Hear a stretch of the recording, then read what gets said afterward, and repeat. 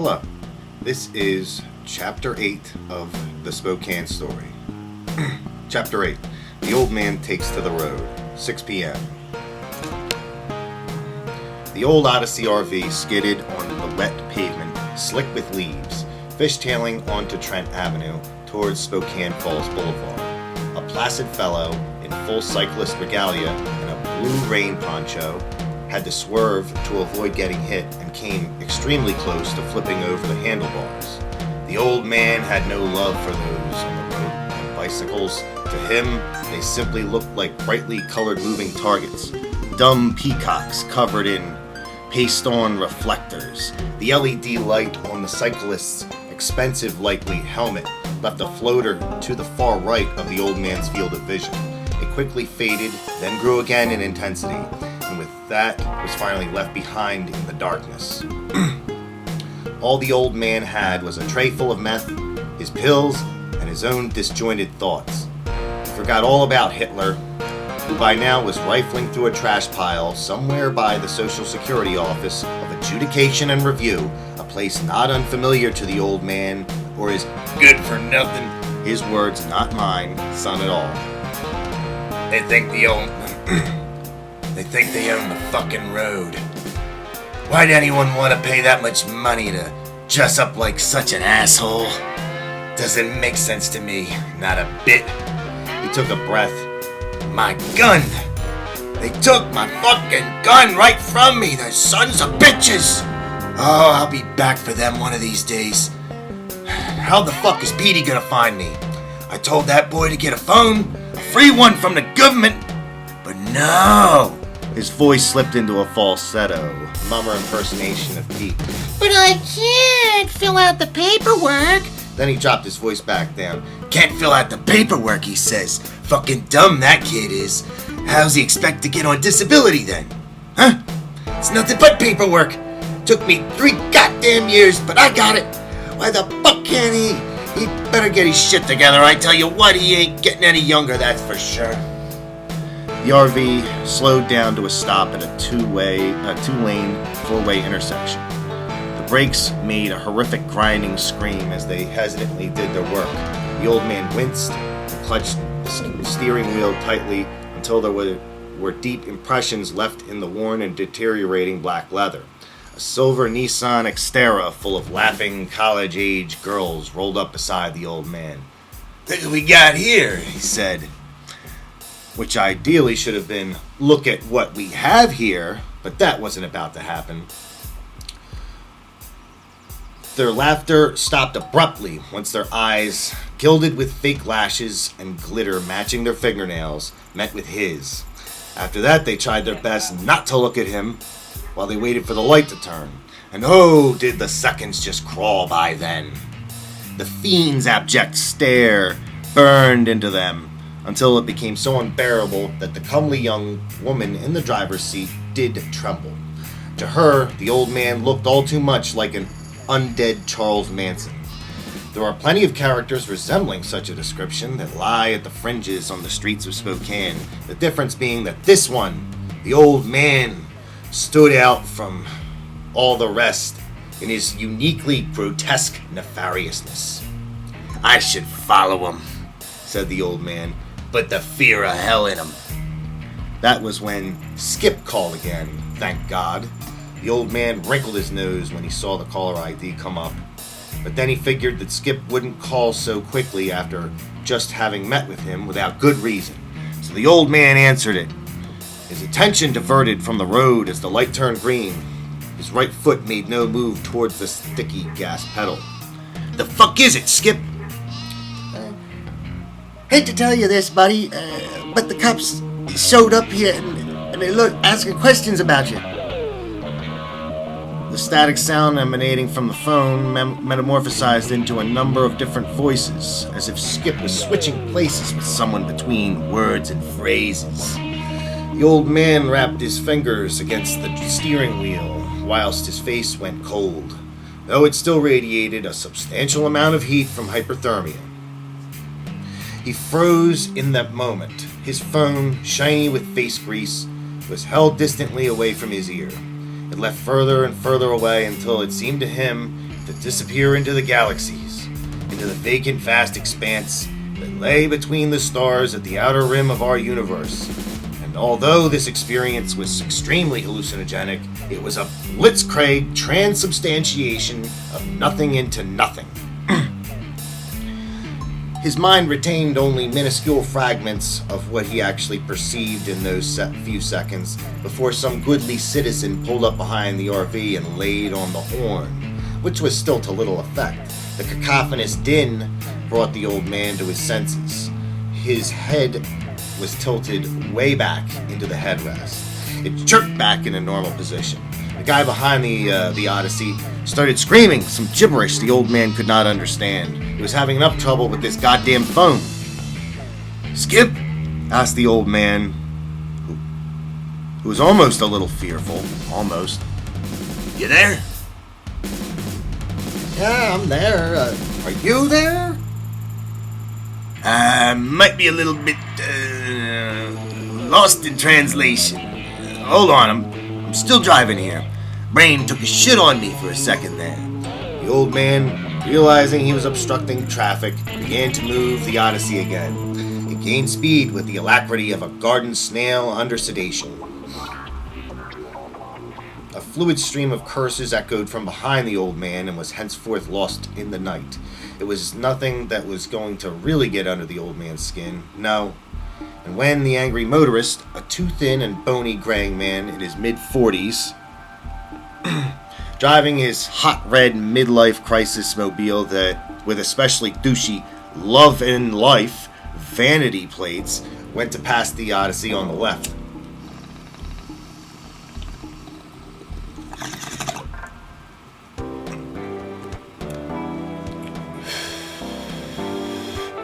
All the old man had to do was give him the eyes, and that was it. Yeah, I know how that can be, added Skip, harshly breaking through the temporary silence with his characteristically whiny tone. "You didn't tell them pig fuckers anything, did you?" Nah, man, I didn't say shit. Well, nothing they could use anyhow. "That's good. Thanks, Skip." No problem. Say, where are you gonna be at later on? I'm gonna work on getting up some money. Who the fuck knows? I'm gonna need to find a new spot to camp out. Well, don't stray too far from downtown in case I need you. Yeah. Shit, said Skip, somewhat perturbed. That milquetoast dweeb from Idaho's over there talking to the cops. Fuck. He's pointing at me. I better split. Good idea, cuz. Yeah, I'll see you later. Yes, I'm gonna see if I can get a hold of that no good son of mine. I told him to put minutes on his phone. How much you want to bet he didn't? Right. Bye. The old man hung up as he was arriving at the stoplight intersection of Spokane Falls Boulevard and Brown Street. He waited until the light turned and made a left without signaling. Then he popped the phone back open and dialed his son's phone number. It went straight to his voicemail. Hi, this is Pete. I don't check my voicemail, so don't bother leaving one. Peace. Little bastard. I knew it. Now, what's the name of that drunken Indian he's always hanging out with? I think I got him on here somewhere under my contact list. The fuck's his name? Davey? Mikey? Danny? Ben? Fuck balls. I always just call him Tonto. I told you to put minutes on your phone. Listen, I had to leave our spot across from the mission. I'm driving around. I haven't picked out a new spot out yet. I'll let you know where that is when I figure it out myself. Call your father back, shithead. The Odyssey went up a few blocks and went under a puke-spotted overpass, painted with colorful murals. This one in particular was a bit odd, a bit strangely lopsided in spots, and covered with additional graffiti tags. This was the mural painted by the homeless, which explained why it seemed like it was painted by mental patients in sections. Because it was. Half-Face put his tag right up on there. You could see that quite plainly, even when driving by. The old man knew some of the people responsible for this work of transient art. Some of them were dead, and some weren't. Faded yellow lights illuminated the underbelly of the overpass. Small clusters of 2 to 4 people were huddled there, seeking shelter from the rain, mostly smoking pot out of glass bowls and aluminum beer cans. A couple haggard individuals were sprawled out on flattened cardboard boxes, drinking malt liquor, or stacking and arranging the lids off of plastic pop bottles, as tweakers are wont to do. The old man stuck out his arm and waved, giving them a garbled "Hey!" as he flew by in a blur.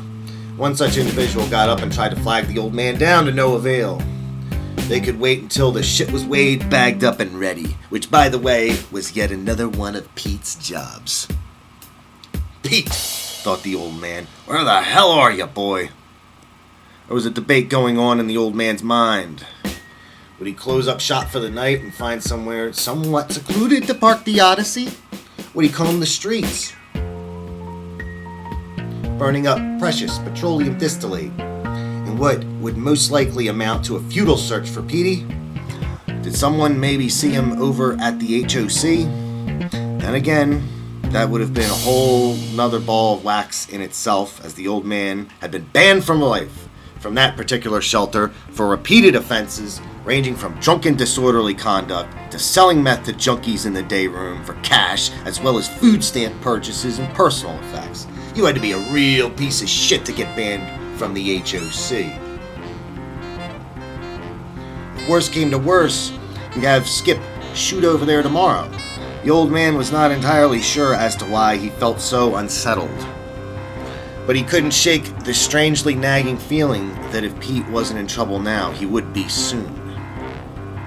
The sound of the windshield wipers dragging against the shatterproof automotive glass began to irritate the living hell out of the old man.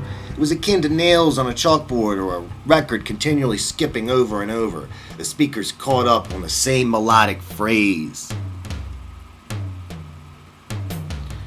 It caused the old man to think about Johnny Cash's Folsom Prison Blues.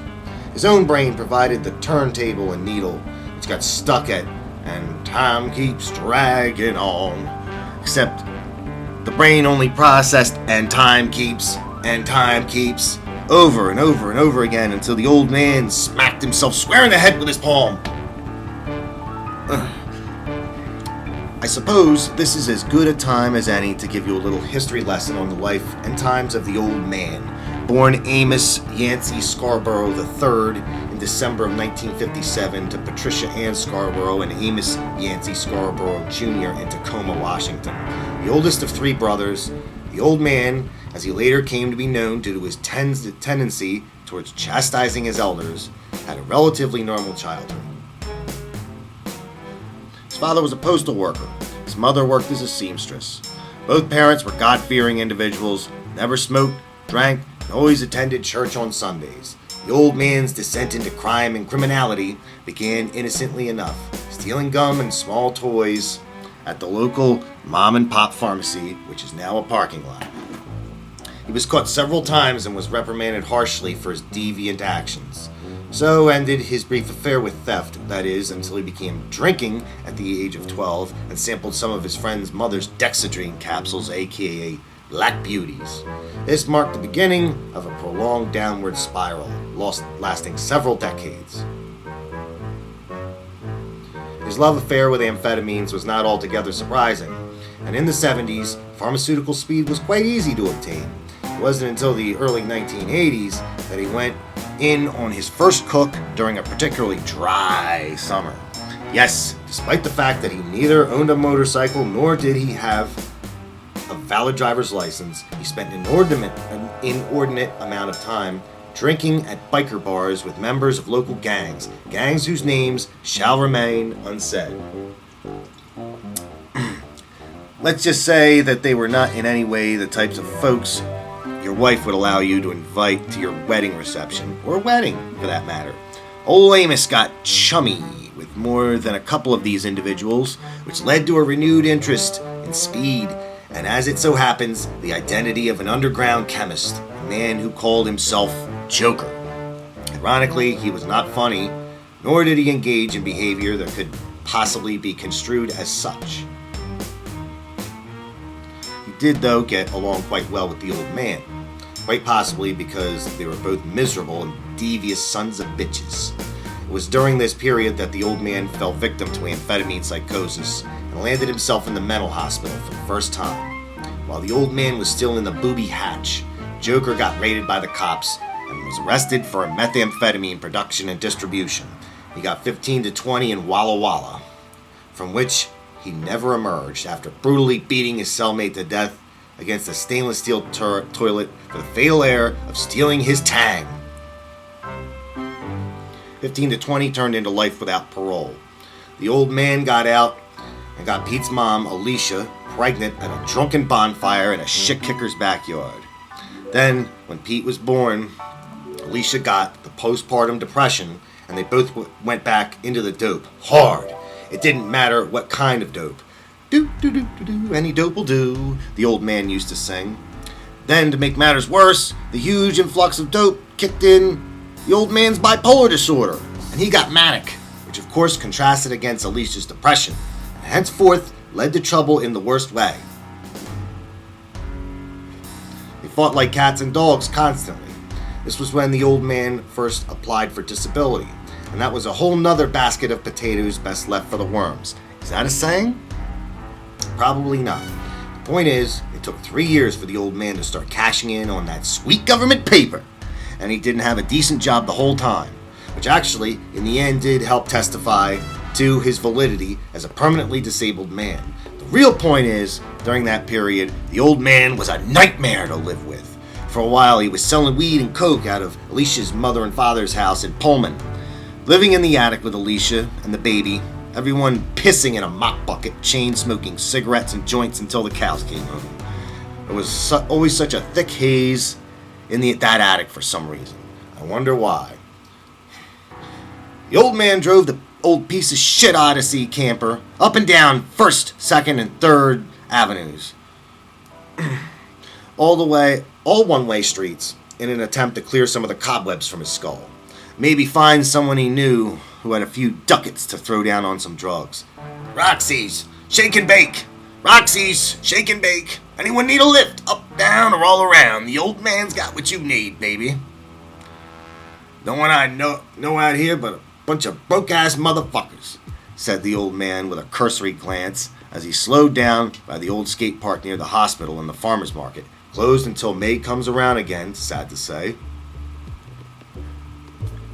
He just wanted to roll down the window and yell out of it, "Anyone need any dope? Got plenty of dope here, and I know y'all be needing it, you sorry-looking sons of bitches."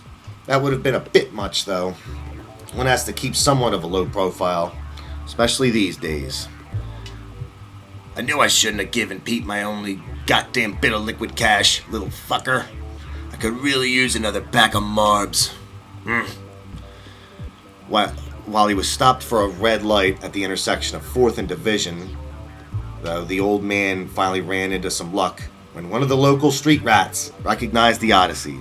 He got up from his spot, seated over a couple dozen yards on a concrete pad surrounded by shrubberies, English yew, green underneath the I-90 overpass.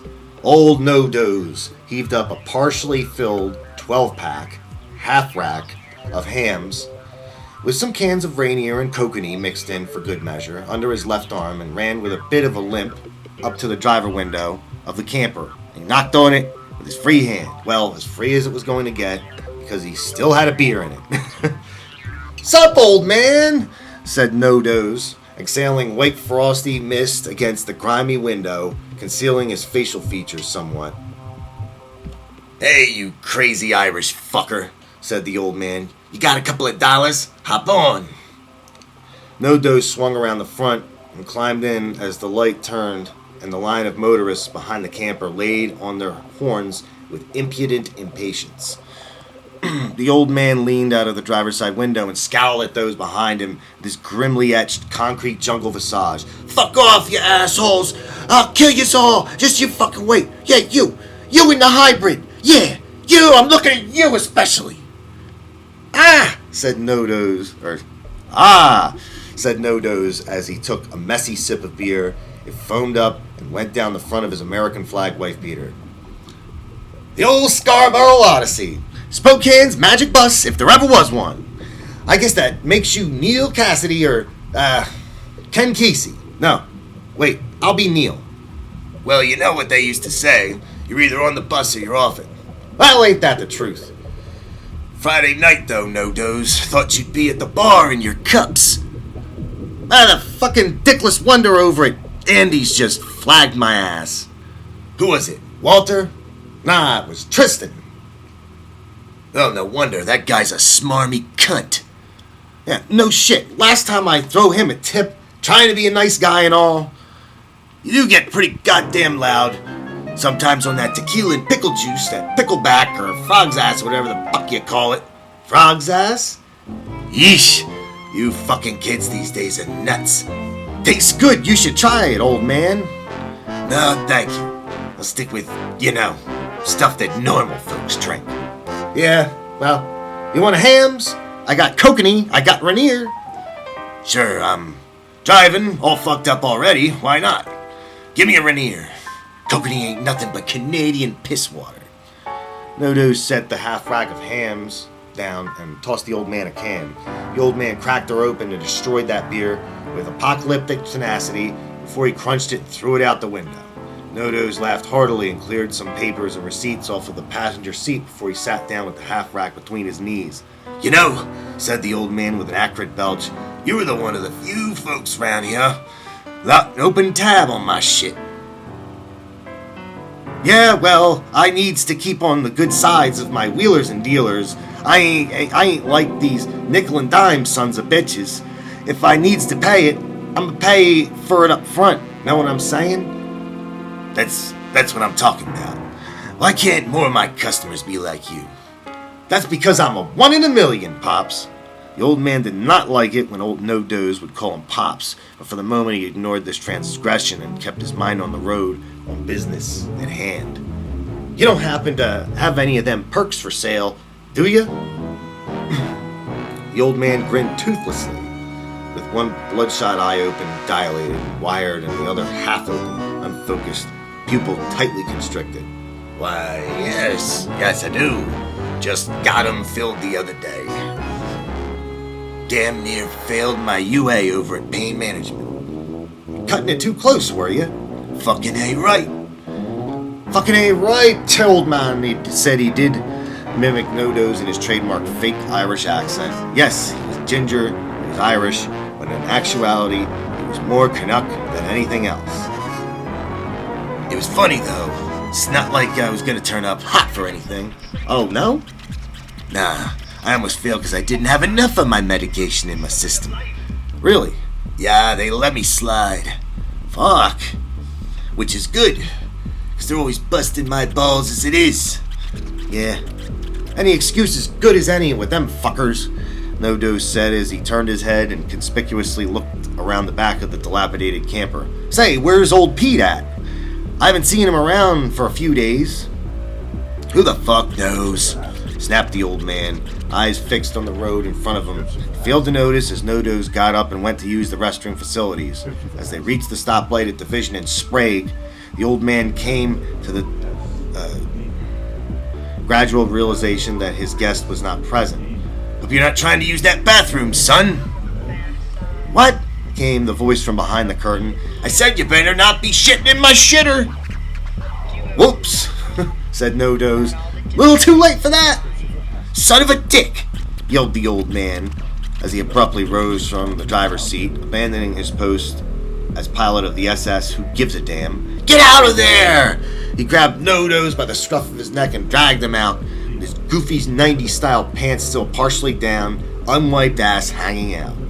More horns from the outside. Some people just did not have much patience. How was I supposed to know your toilet was busted?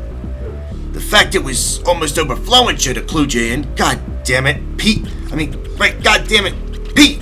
Pete, he's the one that fucked her up in the first place, No-Doze. Never have kids. I mean it. Wear a fucking condom. Always wear a condom, or you'll be paying for it forever.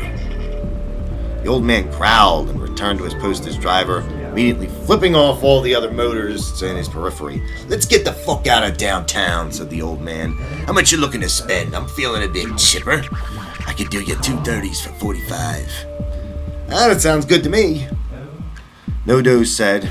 He reached into his pockets and with some mild consternation found 2 folded up 20s in his billfold.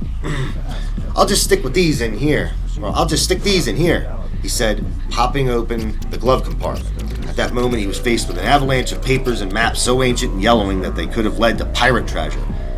God damn it! Who told you to be all up in another man's shit, boy? The hell's the matter with you? It seemed like a good place to put the money. Your ass seems like it's a good place to put my foot, but you don't see me getting up and changing my socks now, do you? Oh, that's an astute analogy there, boyo. No-Dose crammed the papers back in the glove compartment with the beige vinyl stained golden brown and sticky from years of exposure to cheap cigarette smoke and stolen automotive chemicals. His nose caught the distinctive tang of petroleum ether lingering from the open console that reminded him somewhat of cocaine, more specifically, that good Canadian crack from back in the day, i.e. 2005, back before he packed up and left his people, before the illustrious Rob Ford, former mayor of Toronto, made national news with his ridiculous crack rock antics, looking all like former SNL comedian Chris Farley in a hilarious slapstick comedy that unfortunately was never destined to be made. And while we're at it, where is our next Belushi? Where's our next Farley? Where's John Candy? Where's the next funny fat guy? No, man, and I don't think it's Kevin James. It's just not the same, man. It just isn't. What happened to comedy? Ugh. No-Dose smiled wistfully and said quietly to himself in reminiscence, I miss that smell. What are you talking about? Said the old man. It smells like moldy dog shit in here. I mean, aside from that, said No-Dose. Well, thank you, everybody. This was Chapter 8. Until next time, this is A.A. Manzoni, signing off.